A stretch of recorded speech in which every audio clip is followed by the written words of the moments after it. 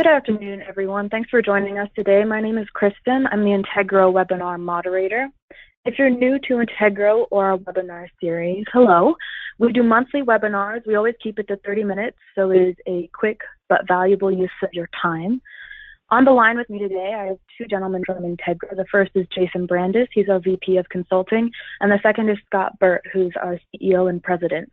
Both of them are GDPR experts, information governance experts. They have a wealth of knowledge to share with you guys. And before I let them take it away, however, I have a few quick housekeeping notes. First, please ask questions. We love it when you guys ask questions.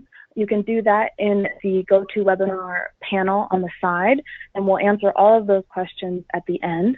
And the second is that we have polls in today's webinar. So Jason has set up 3 different polls for you guys related to GDPR.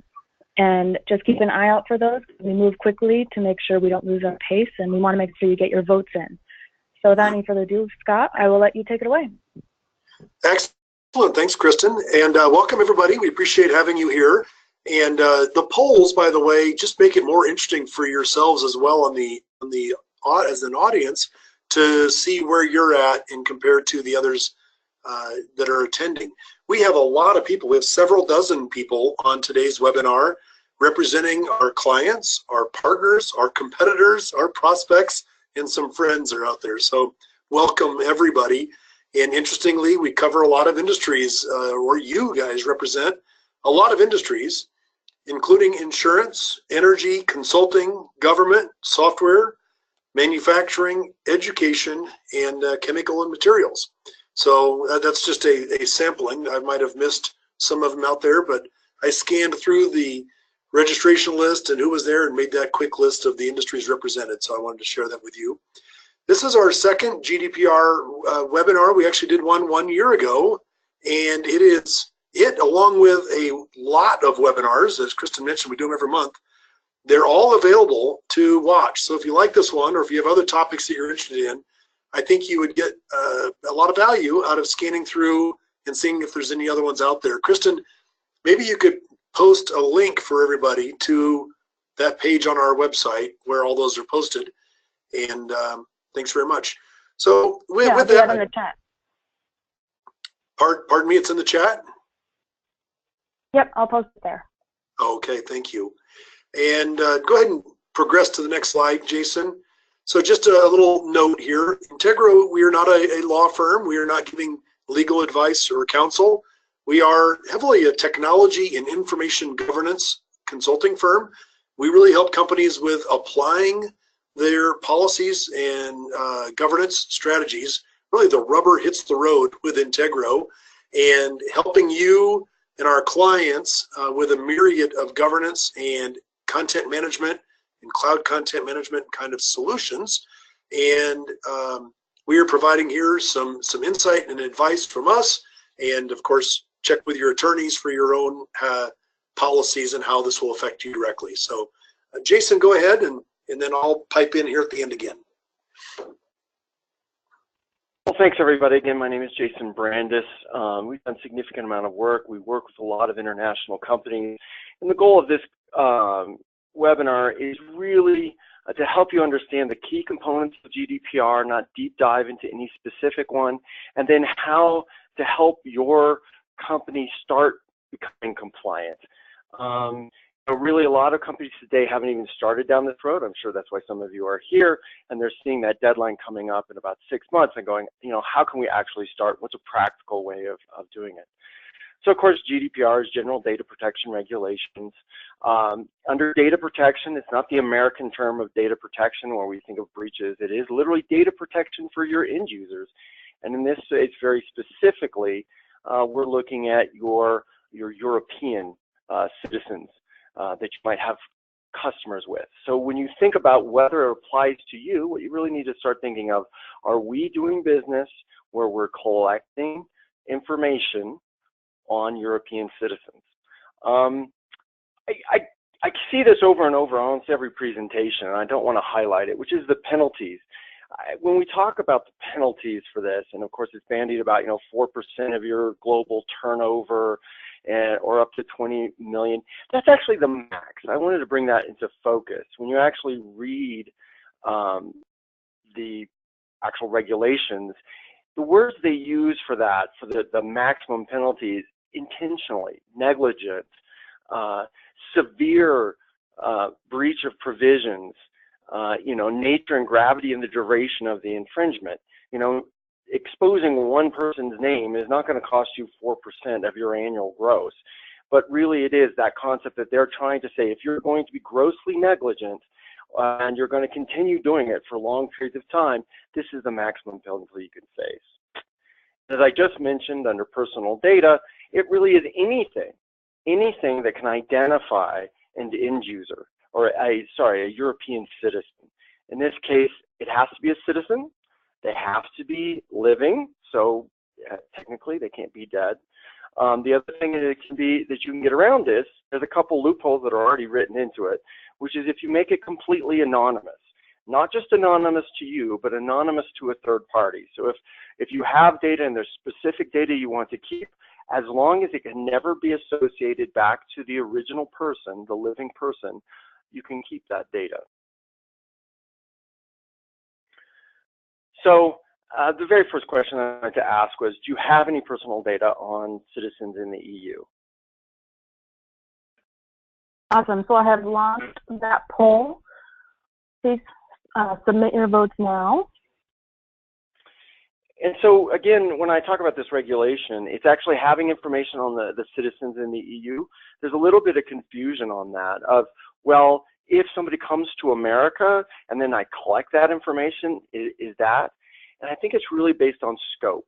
If you're a small bed and breakfast and somebody from Germany comes to your hotel and they pay with their credit card and you let them sign into your brochure, I don't think that quite counts. And that's what we're seeing in the environment. On the other hand, if you're a hotel chain that does business in Europe and you're collecting their information, then you would definitely have European citizens' information. Awesome. I'm going to close down this poll now, guys. Got a really good percentage. Launch the results and share those with you, Jason. Are you able to see the results, Jason? I do not see the results. Sorry.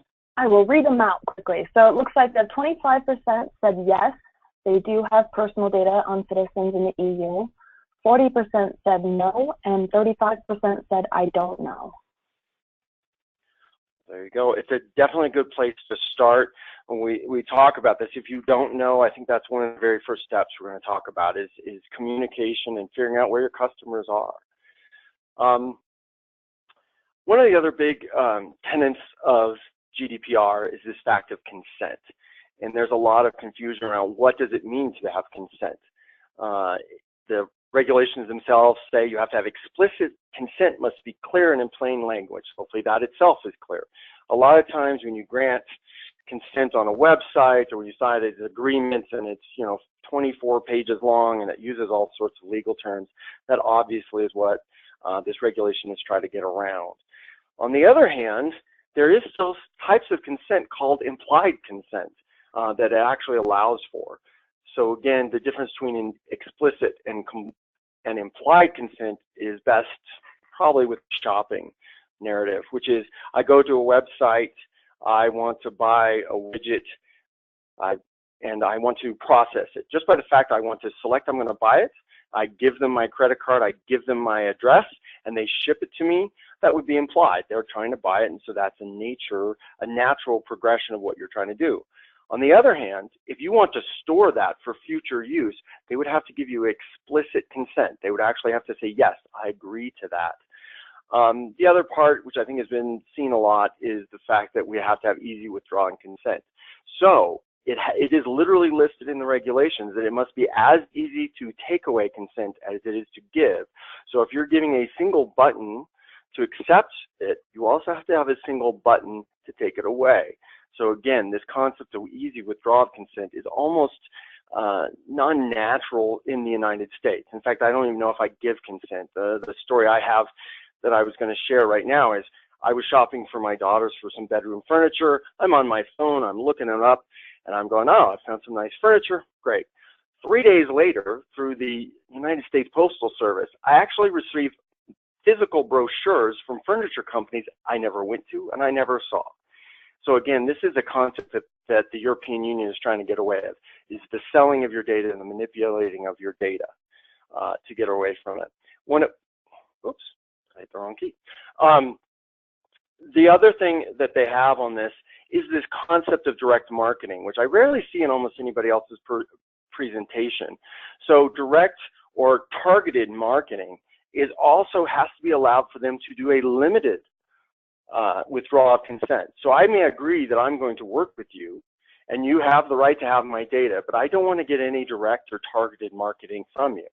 And again, this is something that a lot of American companies haven't prepared for. Usually we say, if you give us your data, we can do anything with it. Again, ownership of the data in the United States is really by the company. If they've given it to you, it's your data. In the new regulation, it's really saying you're just a controller of the data. They're really the owner of it, and they have the right to remove it. The other thing that I want to bring up with this direct marketing is a concept in the United States becoming very prevalent, which is like the Internet of Things and using profiling to actually identify users and what they might like to buy or what they're interested in. So I don't know if any of you guys remember, but back in 2012, Target had a campaign for maternity clothes. And there was a father of a teenage girl who had gotten all this marketing for baby clothes and maternity things, and he calls back to Target and complains. He says, my daughter's in high school, she's not pregnant, why are you sending her all this information? Well, of course, Target had a very sophisticated profiling algorithm that would identify, who's pregnant, who's not pregnant, and everything like that. These regulations specifically call that out, and any profiling, pretty much on anything, your race, your age, your sex, your marital condition are all illegal underneath this. So that type of profiling, which is very common in the U.S., is now pretty much outlawed by this new regulation. In addition to that, let me just let you know how good Target was. Target was able actually to predict her due date. And of course, the father who had called in was all upset, then went and talked to his daughter and actually didn't find out that she was indeed pregnant. The next slide. So really, after we do consent and we're keeping track of consent, I think it's important that we look at this concept of right to be forgotten, which is how these regulations started. And when we talk about right to be forgotten, it really is this right. There's three primary rights. I'm covering two on this slide, which is the right to erase their personal data. So again, if I didn't mention on the previous slide, which I don't think I did, when you actually give a client, your customer, this consent, you also, as required by the regulations, have to tell them how long you're going to keep it, either in terms of time or criteria. So one of those things is if you don't have a relationship with them at all, and your consent said, I'm going to delete it after 7 years or 6 months after you're no longer my client, they have to follow through on that consent. And if not, and the client comes in, they have the right to have you delete all of their data. They also have, of course, the right to do it, update it. I've moved, I've changed, I'm in a different state, my phone number is different, anything of that nature, except for cause. So there's a lot of causes that are allowed within the regulations. The most obvious ones is if you have a legal hold on it, it's a scientific study, if it's for the greater good, if you're a government agency and have a reason to have that data, all of those are kind of exceptions. But it does go through this concept is you have to now have a reason to have that data. You can't just keep it forever, which is kind of the standard of what we're seeing in our market, is we keep it forever and it's our data. And then again, this is a fundamental shift when we're looking at GDPR.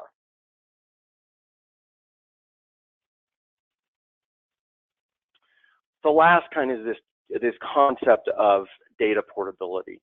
So not only do we have the right for it to be deleted, or we have the right to have it erased, and again, we have the right to update it, we also have this right to request our data. What data do you have on me? So you can come in and say, you can go to that company and say, I have the right to have everything you have on me. Please send it to me. And you have the ability to provide that. The regulations are actually pretty reasonable when you think of it at the beginning. You have 1 month to provide a receipt saying you've completed the task they've asked. But when we do this, again, 1 month sounds pretty straightforward, but we get down to it. 2, 3 users, 1 month, no big deal. If you're a larger company and you have thousands or hundreds of thousands of users inside of the EU, again, if you have large requests, you're going to have some way of being able to provide this data, get access to it, and then model it into a standard format you're going to be able to provide to them. And again, one of the other tenets is security by design and data breaches. It's pretty straightforward, right? A lot of American companies, almost probably all European countries too, have not been around. They're not new companies. So you have concepts of legacy data that is sitting out on your servers. You have relational databases. You have, you know, Exchange. You have email. You have lots of unstructured data that has been created by end users. The goal of this is that you're going to have to start designing how you store it, how you collect it, how you process it with security in mind for the end user or your customer. And again, once you have been breached, if you do be unlucky enough to be breached, you have 72 hours to identify the individuals without any undue delay. So of course, Equifax is the poster child of the obvious thing. So if you guys don't remember the Equifax environment, there was a breach from mid-May until July. During that time, 143 million people were breached. Equifax waited 6 weeks to report on September 7th. During that 6 weeks that they knew, 3 executives sold $1.8 million in shares before they released that information. After that was released, some of the people who were notified said that Equifax could protect their data now for $19.95 a month since they breached it, which is just egregious. And then after that, when they did do their security report, they in addition released 2.5 million more people on a forensic computer report provided from a third-party company that was doing their forensic poll. So when we talk about, I think in the very first slide, I talked about these very large fines, which everybody bandies about. This is kind of what we're talking about. Intentionally, negligent, the gravity, the scope, and the duration of how long it took. Equifax, of course, if it was in the EU, would be a prime candidate for that kind of penalty because they showed a complete disregard of their customers' information. The last one is a single point of contact. It's not per se you have to have a single person. There's more of a practical statement. One of the other things when we provide the consent, again, there's a lot involved in consent in this in the GDPR, that they have to provide a location they can contact with you and either update, change, or delete it. So in the consent, part of that has to be where they can change it. In many cases, you may not need this kind of a data protection officer or something like this, but if you are dealing with a lot of data, a lot of the articles I've read and some of the interpretation of it says, if you have more than 250 employees in Europe or are dealing with more than 5,000 citizens in Europe, you are probably going to have literally a person that's appointed, a data protection officer, to keep track of and to be responsible for the security and the dissemination of the data subjects or the EU citizens' data.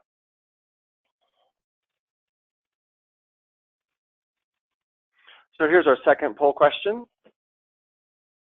Awesome. I just launched the poll. Folks should be able to start voting now. Jason, the question is, do you have an information governance initiative underway which addresses GDPR and/or data privacy? We actually have a lot of votes already, so I'll give you guys just a few more seconds here. Yeah, so when we're talking about this and what we're really looking for is, have you started yet? A lot of companies we're finding out are, that have kind of put it on the back burner and actually haven't started this process yet, which is maybe why some of you are here. Awesome. I'm going to close the poll and share the results. So it looks like we have 27% said yes, they have an information governance initiative underway. 36% said no, and a Another 36% said they aren't sure if they have an information governance initiative underway. Well, that's good. I think really the goal of this next section is where to start, and I think that's a great place. Since only a certain percentage of this audience has actually started this is a great place to go forward with it. So when we talk about it, we talked about the broad solutions, and again, we had a webinar last year that was great. It went into a lot of detail, the nitty-gritty components and articles of the actual GDPR, and our goal is to be a little higher level and also talk about maybe we can start these solutions. So what a lot of companies are looking at their solution is really nothing. Is if we just hide, maybe it'll just go away, which of course is really not a solution. What we really need to start talking about is where do I start in this concept of really changing the mindset of a company. And it's all going to start where everything does, which is communications. When we need, whether we're talking about internally or externally with customers, it's important to realize there is no easy button for this solution. There's no one product. I see a lot of companies out there saying, oh, we have the solution. Well, you have the solution for one of these silos, but you don't have it for it all. And really that concept of we have to start talking about what is our solution going forward and moving forward. Identification, where is our data? How can we be able to produce it in a timely fashion? Cataloging it. Now I have all that data. Instead of trying to reinvent the wheel every month or two, let's keep track of it. Protection, data security. How am I going to make sure that even if I do have a breach, that I'm not exposing end users' data? Governance, how long and why? Again, this switch of concept of going from I'm going to keep everything to I'm going to have a reason to keep it, especially when I'm talking about end users' personal data. And then, of course, the last thing is reporting and review. How do I stay compliant? How do I keep compliant? And of course, the answer is, in the end, if you can do all these things, you will have a viable solution going into the future. So we start off with communication. Really, you have to start off internally. You have to take ownership that this is going to be happening, and you're going to have to build a roadmap. And that roadmap is only going to be if you and your company and your executives take ownership that this has to get done. And there's nothing else. And if you don't actually include it and direct it and actually have people focused on it, people just don't have the bandwidth in your company. If you're not taking ownership and assigning people to do this, it's just not going to get done. People already have their day jobs and they don't have time to actually do this. The other point that's probably the easiest thing to start is your external communications. You know, the first couple slides, and I've talked a lot about it, which is consent.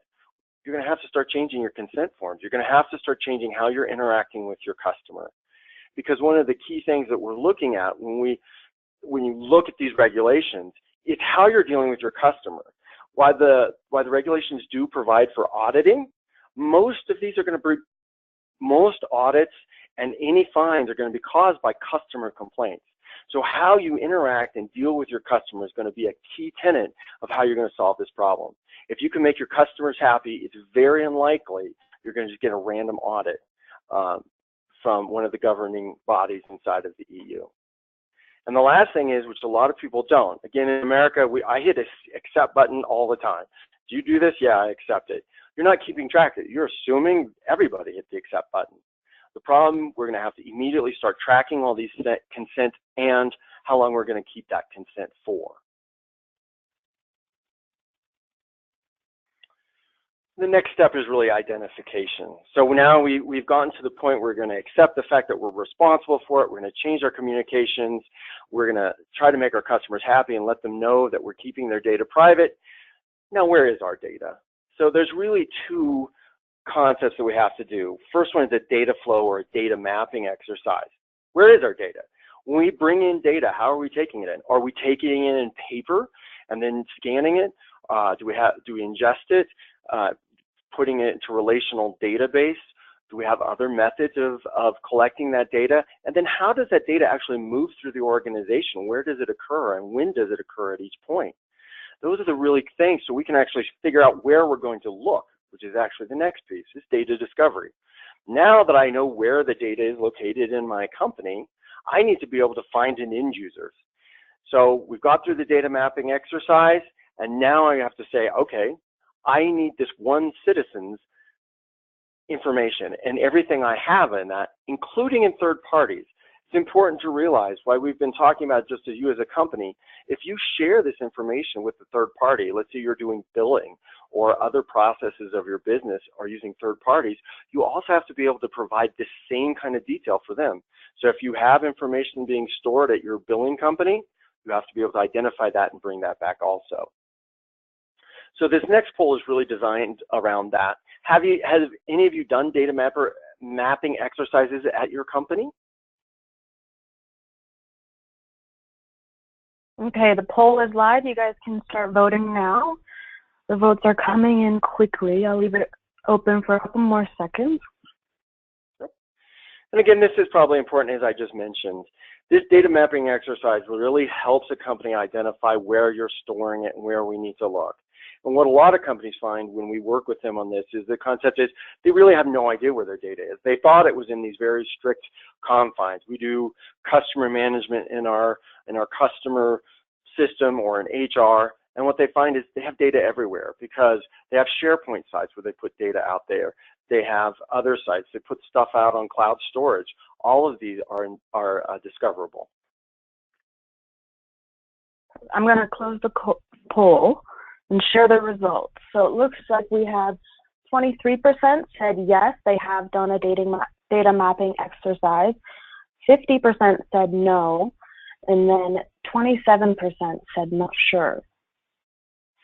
Okay, so we're looking at 75%.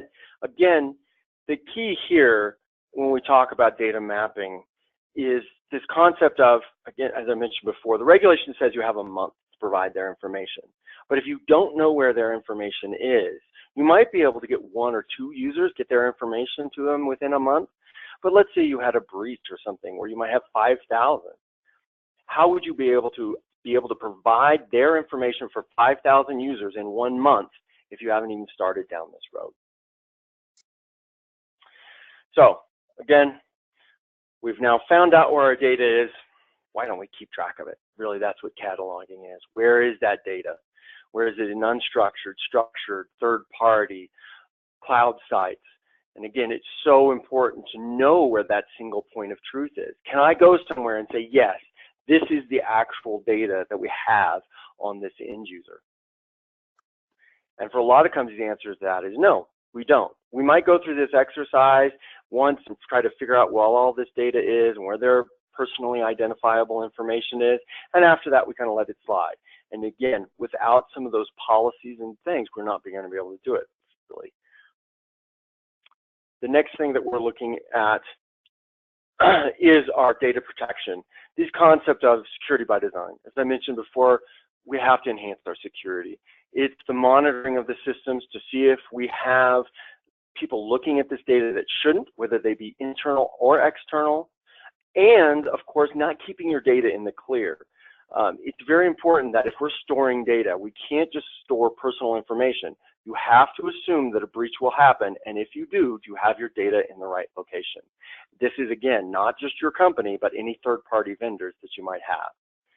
And then the next one, of course, is governance. Governance is key because in the end, we have to be able to get rid of our data. And we can only get rid of our data if we know where it is and how long we're going to keep it. We can also not get rid of our data if it's on legal hold. It's one of the reasons we have it. But you have to be able to communicate to your clients why you're keeping it.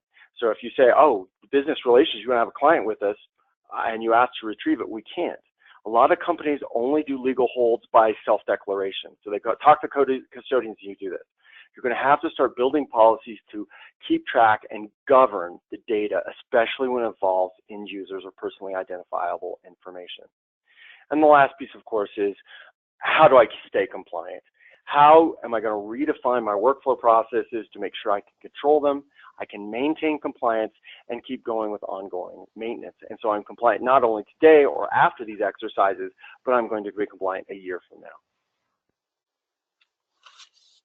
So, Jason, thank you. This is Scott Burt, and just a quick time check. We're at 1:30, and our goal was 1:30, so we're going to be going quickly here through the last couple slides and then try to take some questions. the last couple slides are just saying, you've got a lot to do, and how can we help? So as we mentioned, we're not a law firm, so we're not going to be helping you on some of the policy decisions and some of those things there. But things where we can really help you is identifying your data. What's that data flow, that data discovery, classifying your data, getting that under control better. Go to the next slide, Jason. The governance is really a sweet spot for us. Records management, retention, archival, disposal, syndicating the policies out to various systems. Something that comes up in governance here is a lot of companies, especially American, have never really deleted anything. They've just got we'll just keep everything forever mentality. And now with these obligations to dispose of content for customers, et cetera, the more you have, you're just making your problem that much bigger. So if you have a proper records management program in place and disposing of content as a regular course of business, it's unnecessary content, you're making your job a lot easier. So something to consider there. The next slide, Jason.